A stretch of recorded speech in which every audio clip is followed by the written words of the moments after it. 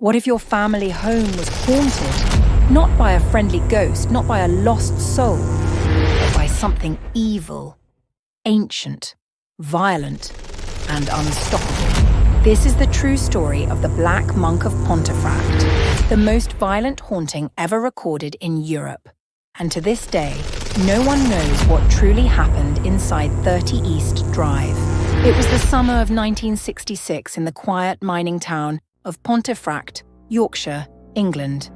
John and Jo Pritchard had just moved into a modest home with their 2 children, Philip and Diane. For a while, life was normal, peaceful, but that peace wouldn't last long. It started small. Pools of water appeared on the kitchen floor. Objects disappeared and reappeared in strange places. Then things escalated. Lights flickered, cupboards slammed shut, and a cold, oppressive feeling filled the air.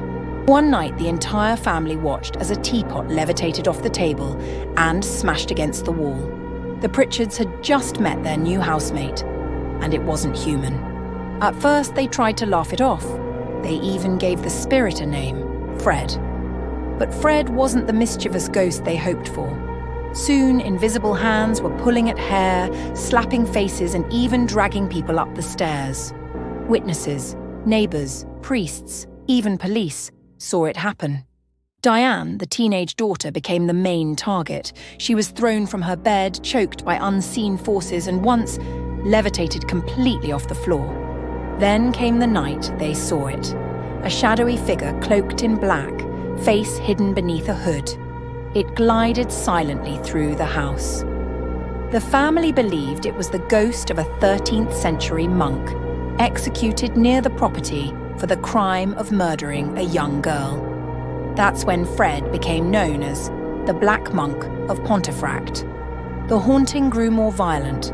Crosses were painted upside down on walls, holy water boiled on contact, and crucifixes were torn apart. At one point, a priest attempted an exorcism, but fled the house after being pushed and scratched by invisible claws. No matter what they tried, nothing could stop it. After years of terror, the activity suddenly stopped, just as mysteriously as it began. The Pritchard family eventually moved away, but the house still stands today. Visitors and paranormal investigators continue to report cold spots, whispers, and the dark figure of a hooded monk watching from the shadows. Some say it was a hoax.